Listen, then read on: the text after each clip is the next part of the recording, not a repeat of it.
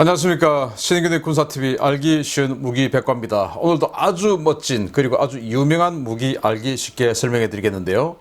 그동안 멋진 줄 알았는데 그렇지만 유명하긴 했지만 이제는 멋지지 않은 무기가 됐습니다. 바로 동네 북으로 전락한 까보러 전차입니다. 까보니까 러시아잖아요. 자, 러시아의 T-90A 주력 전차 메인 배틀 탱크인데 이게 지금 러시아 주력 전차인데 우크라이나 침공할 때 지금 선봉으로 보무도 당당하게 들어갔다가 완전히 그냥 개박살 나고 있는 그 탱크죠. 이 탱크가 어떤 탱크인지 지금부터 한번 보기로 하겠고요. 자, 이 신인균의 군사TV 이 군사 무기 그리고 세계의 군사 소식 다 알기 쉽게 설명해 드리고 매일 브리핑 해 드리니까 구독, 알림 눌러 주십시오. 자, 걸프전의 임팩트입니다. 전투가 아닌 양민 학살 소식에 충격받은 러시아인데요. 1991년. 이 1991년 이때는 정말 소련 역사상 정말 굴욕적인 해가 되겠죠. 일단 1991년에 소련이 무너지고 해체되었죠. 망했죠. 그리고 걸프전 때 소련제 무기, 그 냉전 50년 동안 서방 세계를 벌벌 떨게 만들었던 그 소련제 무기가 걸프전을 통해서 완전히 그냥 박살나면서 뭐야, 소련제 무기 이랬던 거야? 이렇게 완전히 다 까발려져 버렸던 겁니다. 그래서 이 이라크가 가지고 있던 소련제 T-72 전차인데요. 이 T-72 전차를 미국의 M1 전차가 공격을 했습니다. 그 M1 전차의 날탄, 날개 안정식 철갑탄이 이쪽을 뚫고 들어와서 이쪽을 뚫고 나간 겁니다. 관통을 해버렸어요. 자, 여러분들 전화번호 논리 아시죠? 똑같은 두께라 하더라도 이게 이제 촘촘 이렇게 되어 있으면은 이 운동 에너지가 하나의 종이를 뚫을 때마다 훨씬 더 감소해가지고 이 정말 어마어마한 그 어떤 칼로 이만한 종이는 자를 수 있지만 전화번호처럼 이렇게 슬라이스로 되어 있는 건 자르기 힘들다라는 거 아시지 않습니까? 그게 운동 에너지가 하나 통과할 때마다 딱딱딱딱 떨어지니까 그렇습니다. 그런데 여기 이쪽 끝에 사이드 스커트 있죠? 그거 통과합니다. 그리고 궤도 있죠? 궤도 통과합니다. 장갑 통과합니다. 그리고 내부에 또 각종 구조물 통과합니다. 또 반대편 장갑 통과하고 또 반대편 궤도 통과하고 반대편 사이드 스커트 통과하고 해서 이렇게 그냥 지나가 버렸어요. 이건 정말 너무나 부끄러운 일이죠. 전차가 어떻게 이런 식으로 관통을 당하냐.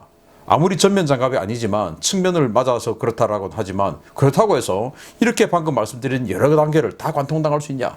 이제 이렇게 되면서 또 유명한 전투 있죠. 미국의 대통령 국가안보보좌관을 지냈던 허워드 맥메스트 장군이 당시 중대장으로 지휘했던 이 중대 기계화 부대가 탱크 부대죠. 브래들리 장갑차와 M1 전차가 섞여 있는 이 10세대의 탱크 부대가 지나가다가 이라크의 정예 기갑 여단을 하나 만났는데 130대 정도 그냥 이 10세대는 하나도 다치지 않고 마치 명량해전하듯이 다 박살내버렸지 않습니까? 그게 이제 소련제 무기로 뽀록 나니까 야, 이거 어떡하냐. 그래서 이제 엘친 대통령이 야, 막을 수 있다며 좌우로 관통당한 거 이거 어떻게 설명할 거야. 이제 이러고 있죠. 과거 소련군의 탱크들은 이런 스타일이었습니다. 바리에이션이 이런데 일단 T-62라고 하는 허접한 탱크를 공산 동맹국들한테 쫙 나눠줬죠. 그리고 자기네들은 T-62를 쓰지 않고 T-64라고 하는 아주 성능 좋은 하이엔드 전차를 썼습니다. T-64. 그래서 소련이 해체됐을 때 한 4,000대 가지고 있었어요.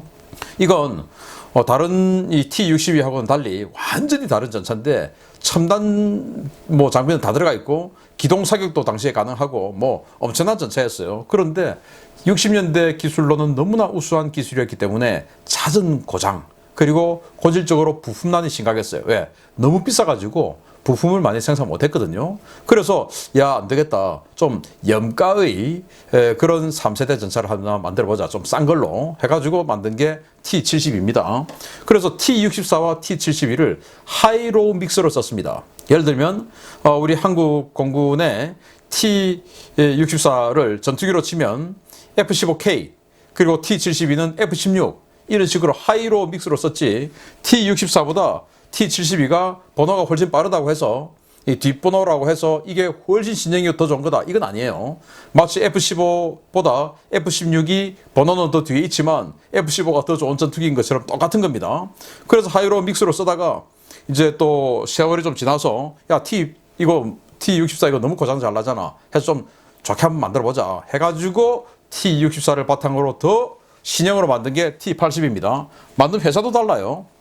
그래서 이 T-80을 냉전 해체 직전에, 소련 망하기 직전에 대량 주문해서 만들고 있다가, 왜? T-64를 대체해야 되니까. 그러다가 소련 망해버렸어요.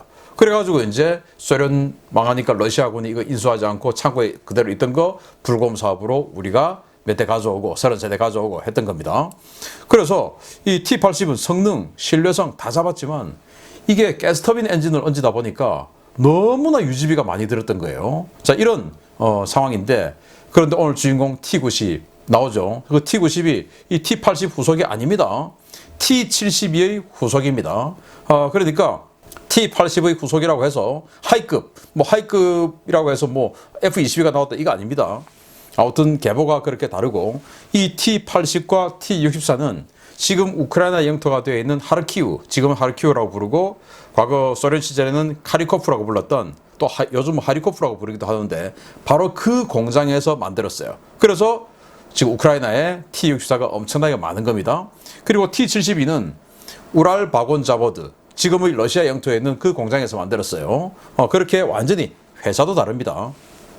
자, 소련 붕괴 이후의 혼란 속에서 기갑전력 재정비에 나선 러시아입니다. 그러나 자, 일단 러시아 국방부님이 우랄 바곤 자보드님을 채팅방에 초대했습니다. 야, 뭐야, 이것들 공장 열어놓고 그냥 놀고만 있네? 야, 니네 전차 걸프전에서 박살나는 꼴 보고서도 이러고 있어. 그래서 이제 우랄 바곤 자보드가, 아니 이 양반이 지금 정신 나간 소리 하고 있네. 덱들이 월급을 줬어, 배급을 줬어, 납품 대금도 안 주고 완제품 인수도 거부하는 주제에 어디서 큰 소리야? 이렇게 되니까 국방부가, 야, 지금 나라가 어려우니까 나중에 가스 팔아서 준다고 했잖아. 그건 그거 말이야. 너네 예전에 그 T-72 성능 개량한 거 그거 만든 거 있었지? 그래서 이제 우랄 바곤 자보드가, 아니 그 오비엑트 188 그거요? 그거 그냥 T-72B에다가 T-80 사통장치 얹어가지고 대충 만든 거라 T-72랑 별반 차이 없는데요. 이제 이러니까 국방부가, 아니 그게 중요한 게 아니야. 지금 우리 주력 전차도 좀 빨리 바꿔야 되고, 지금 해외에서 신형 전차 산다고 바이어들이 몰려오는데 새 제품이 있어야 할 거 아니야. 한번 준비해봐. 그래서 이제 우리 분명히 T-72BU라고 말씀드렸습니다. 성능 보고 딴소리 하지 마세요 하고는 우랄 바곤 자보드가 신형 전차를 만들었어요. 그래서 이 오비엑트 188이라는 이 프로토타입 전차를 1992년도에 즉각 내놓았습니다. 원래 있었으니까.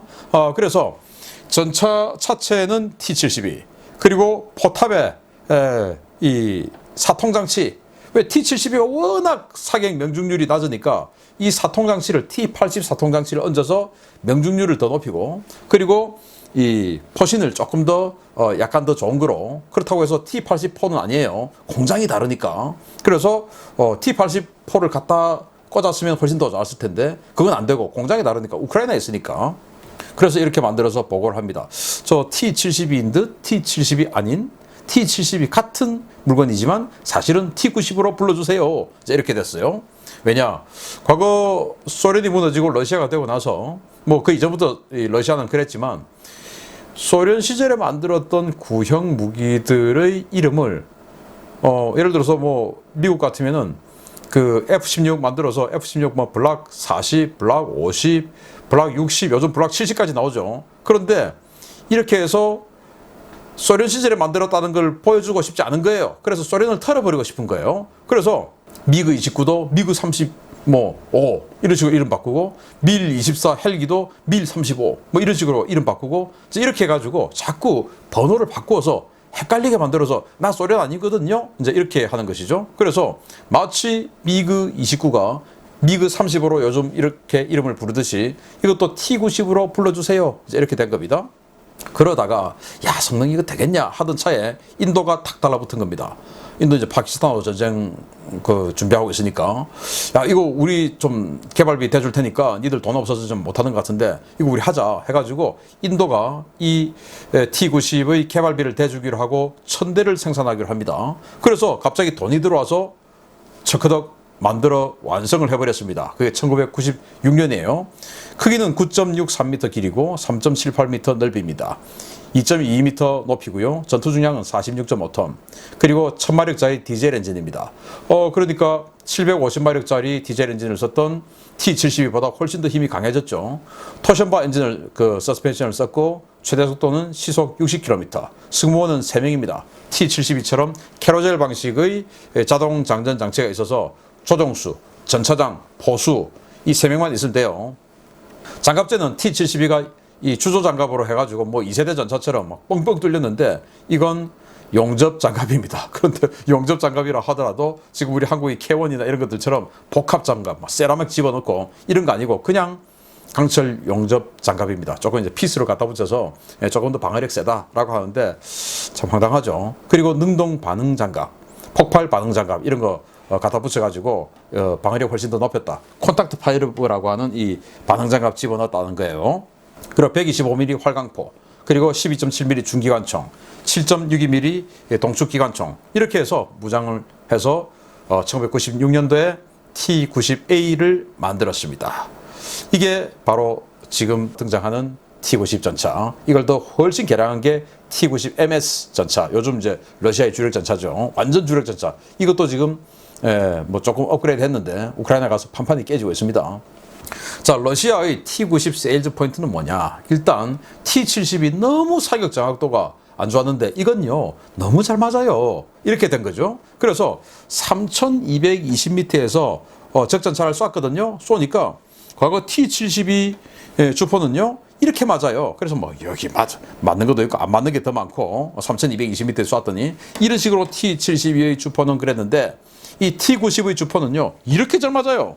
전부 다 맞았어요. 똑같이 쐈는데 여기는 완전히 그냥 심장부 포탑하고 다 맞았고 T72는 이런 식으로 그냥 완전히 그냥 바람이 흩날리듯이 흩어져 버렸어요. 이 정도로 우리 명중률을 대폭 개선시켰어요. 어떻게 해서 T80 사격 통제 장비 갖다 떼가지고 갖다 붙였더니 이렇게 좋은 겁니다. 이제 이렇게 됐죠.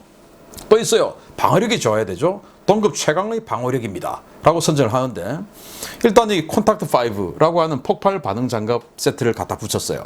이 콘탁트 5만 해도 러시아의 주장으로는 750mm 정도의 방어력을 가진다.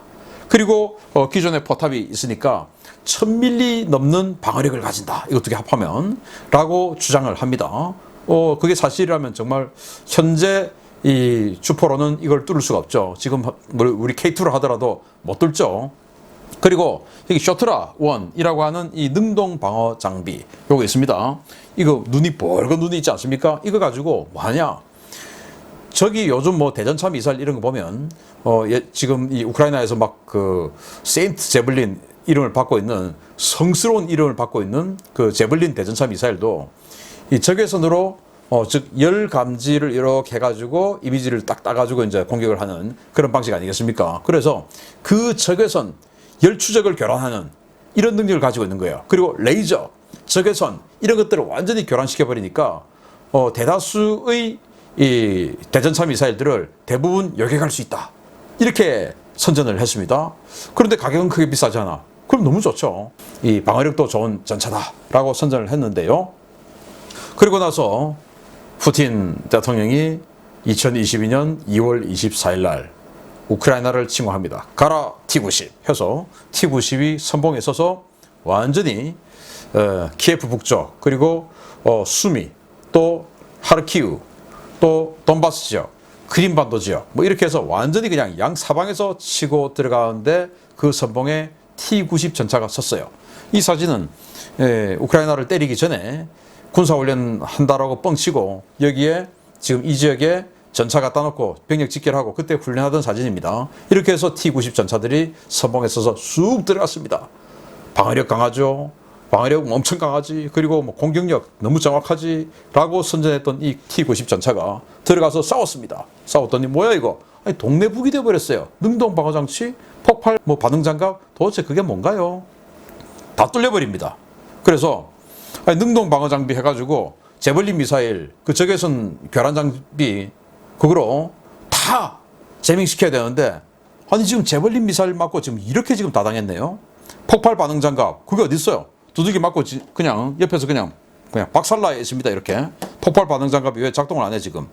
이렇게 폭발 반응 장갑도 제대로 작동 안 하고 이 적외선 이 제밍 장치 제대로 작동 안 하고 해가지고 뭐 콘탁트 5 또 셔틀학원 이거 아무 의미 없었던 겁니다. 참 황당하죠. 자, 이것뿐이냐?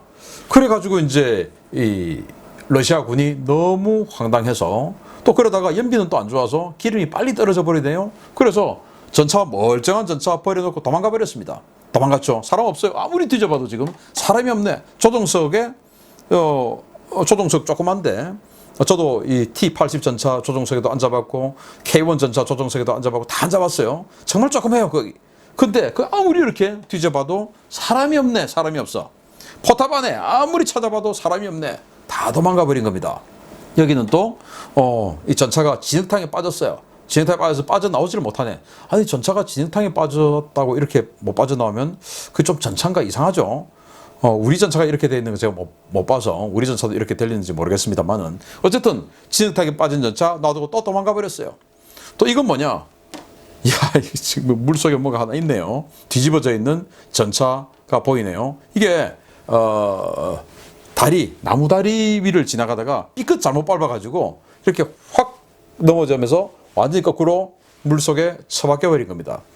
이 승무원들은 안 죽었기를 바라는데 이 정도 되면 살아있는 게 좀 힘들겠죠. 아무튼 좀 안타까운 일인데 어떻게 이런 식으로도 사고까지 나고 뭐 맞아서 깨지고 사고 나서 깨지고 연료 떨어져서 도망가고 이런 식으로 우크라이나에서 완전히 개구력을 당하고 있는 T-90이었습니다. 그래서 지금 뭐 SNS에 매일매일 올라오는 T-90 전차의 굴욕샷입니다. 역시 까보러는 진리입니까? 까보니까 러시아잖아요. 그래서 멀쩡한 이런 전차들 노획해가지고 지금 이 우크라이나 시민들이 여기다가 푸틴 러시아 대통령 욕하는 거 프레카드 붙여놓고 제발 그냥 가라라고 지금 이렇게 하고 있는데 그 사진 중에서 제일 인기 있는 사진들이 T-90 전차를 가지고 조롱하고 있는 사진입니다. 왜? 제일 센 거니까. 러시아가 제일 세다고 했으니까. 아무튼 요즘 러시아의 우크라이나 침공으로 러시아의 무기, 우크라이나의 무기 굉장히 관심들이 높으십니다. 제가 계속 지금 사용하고 있는 이런 러시아, 우크라이나 무기들 하나하나씩 시간 되는 대로 알려드리도록 하겠습니다. 지금은 러시아 이번 전쟁의 완전 주력 선봉, 현재 러시아군 최강의 전차라고 할 수 있는 T-90 전차 알려드렸습니다. 까보러였습니다. 신의균의 군사TV 구독해 주십시오. 마치겠습니다. 감사합니다.